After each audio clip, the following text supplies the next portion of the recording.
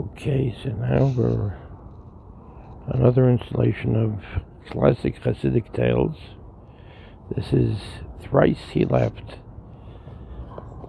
The Rebbe laughed 3 times. Sore throat. Anyway, let's continue here. Now, said the master, tell me, Shabbatai, exactly what you did on last Sabbath Eve. But tell me everything, and do not be ashamed or afraid to speak. Master, said Shabbatai, I shall indeed tell you everything that happened to me, and what I did. And if it is God's will that I be punished, I am ready to accept his punishment, asking no more than to serve him. Then the aged bookbinder told his story.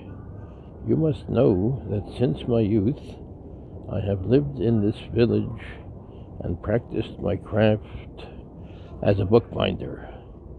In those early years, when I was filled with vigor, I was able to manage a thriving business, and I lived on all that was best in the world.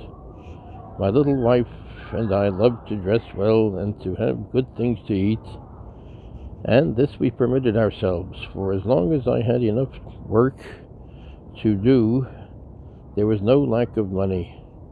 Perhaps we were even somewhat extravagant in buying costly clothing, but my wife was the prettiest girl in the village, and I wanted to see her clothed as became her beauty. And when we drove to the neighboring villages, I too had to be dressed in a way that would not put her to shame. So it happened that we spent all the money that I earned, never putting away anything for later years. With all that, we led honest and observant lives. From my earliest youth, it was the custom in our house to strictly observe the Sabbath. On Thursday afternoon, my wife would go to the market and buy fish, meat, flour, candles, and all the things that were needed for the Sabbath. On Friday morning at 10 o'clock, I would put aside my work, close my shop, and go to the synagogue. There I would remain until nightfall, when I would go home to the Sabbath meal. Coming toward the house, I would see the lighted candles shining through the window, and I would know that everything was well in my house. But during those last years, the weakness of old age has come upon me. I have no sons to help me, and it seems that little by little the world is forgetting me. I no longer receive much work from the neighboring villages, and as I am not as vigorous as I was in my youth, I cannot go out to seek more work. Therefore it goes hard with me these years. There have been days when we did not have a penny for buying bread. On those days we fasted, for I said to my wife, the people among whom we live are kind-hearted and charitable, and they would be generous toward us if they knew of our plight. But I have lived all my life without asking help of anyone but God, and so I would finish my days. Last Thursday, when my wife was ready to go out to the market, she saw that there was no money in the house and no food, not even a bit of flour dust to bake into bread. She came to me and asked me what money I had, and I had earned nothing at all that day. Perhaps by tomorrow morning, I said, some work will come into the shop. Then she went home, and for the first time during our years of marriage, my wife did not do her Sabbath marketing on Thursday afternoon. On Friday morning, no work came. Then I said to, one moment.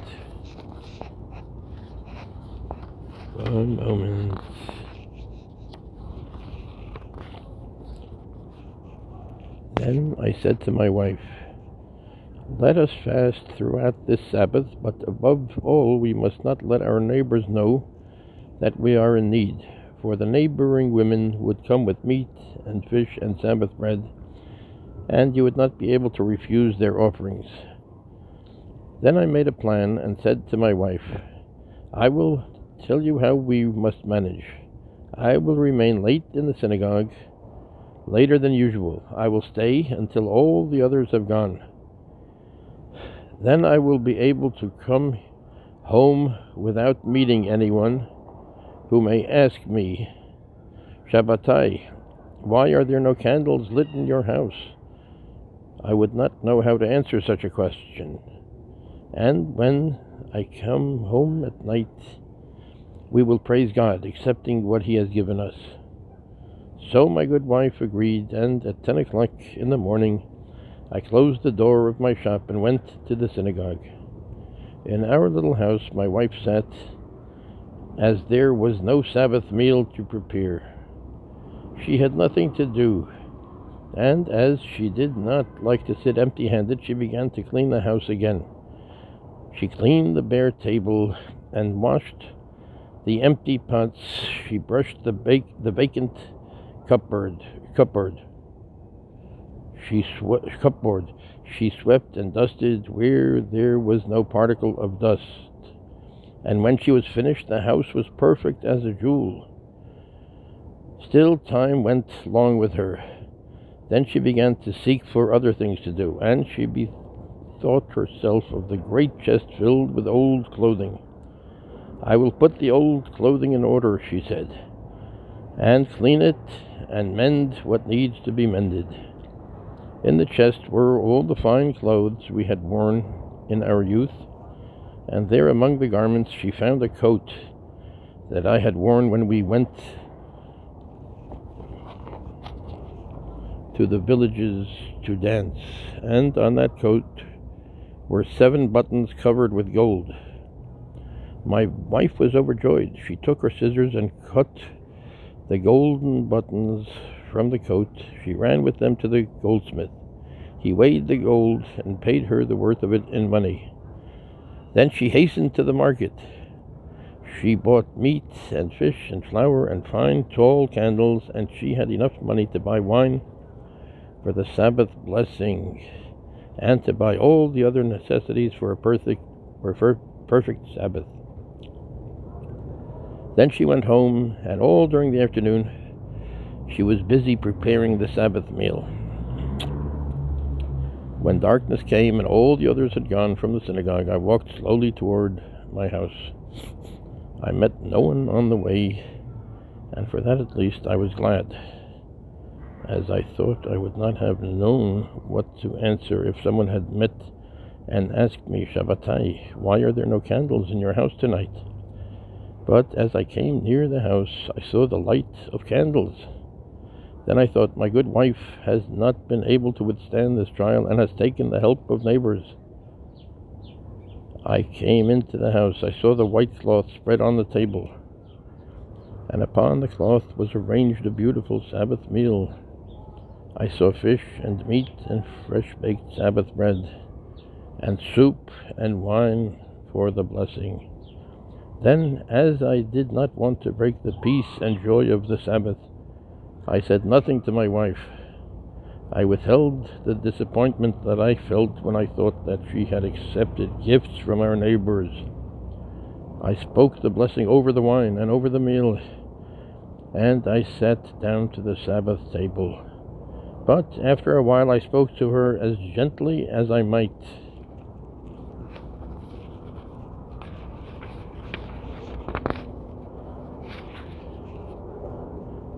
Oh, here's the rabbi and the Chassidim, his disciples at the Sabbath meal. That's Rabbi Israel Baal Shem Tov and his Chassidim at the Sabbath meal. So that she would not feel hurt at my words. He spoke to her as well as he could, so that she would not feel hurt at his words. I said, my good wife, I see that you were not able to refuse the kindness of our neighbors, for you are a soft-hearted woman. But she smiled in a strange, joyous way and laughed at me and said, My honest Shabbatai, do you remember the costly coat you had when you were young? Your coat with the golden buttons? Today, having nothing with which to occupy my hands, I searched in the old clothes chest, and I found your coat. I cut off the buttons and took them to the goldsmith, and he gave me money with which I bought all that we needed for the Sabbath, and there was enough money left for food for another day. Master, my heart was so filled with joy that I could not contain myself. Tears went from my eyes. Once more I praised the Lord for not having forgotten his children, and I praised him again and again, happy that it was from God himself and not from man that we had received our Sabbath. My heart was filled with singing. I forgot the majesty of the Sabbath, and I took my wife by the hands and led her out, and we danced in our little house. Then we sat down to eat. But when she served the fish course, I was so overcome with joy that I took her in my arms and danced with her again. And when we ate our soup, we danced a third time and laughed and cried for happiness, for my soul overflowed with the glory of God, and I could not shut my heart over the terrible joy that was in it. But, Master, it came to me afterward that perhaps our dancing and laughter had disturbed the sublimity of God's Sabbath, and if we have sinned in such a way,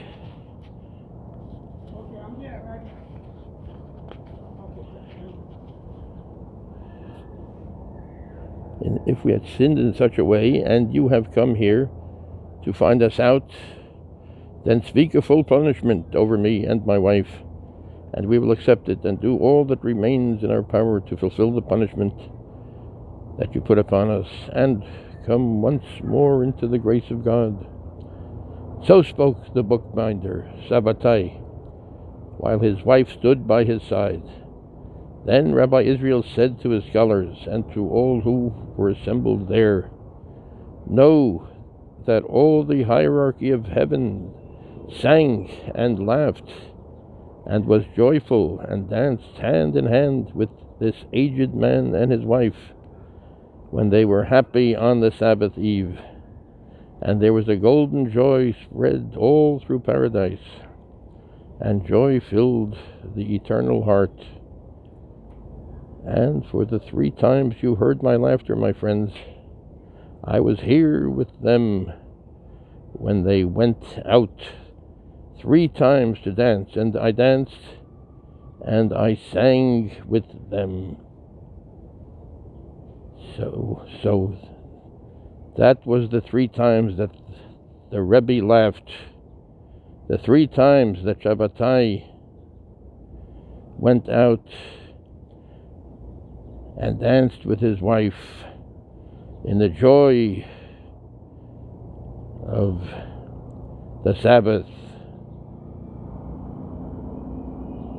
Then Rabbi Israel said to his scholars and to all who were assembled there, "Know that all the hierarchy of heaven sang and laughed and was joyful and danced hand in hand with this aged man and his wife when they were happy on Sabbath eve.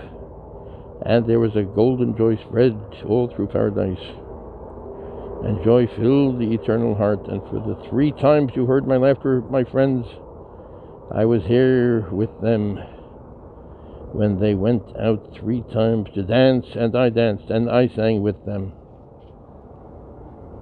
So that is Thrice He Laughed. 3 times the Rebbe laughed. And this is the Sabbath meal with the Rabbi Israel Baal Shem Tov and his Chassidim, his disciples, at the Shabbos table, at the Sabbath table. So this is Classic Chassidic Tales by Meir Levin. Thank you so much.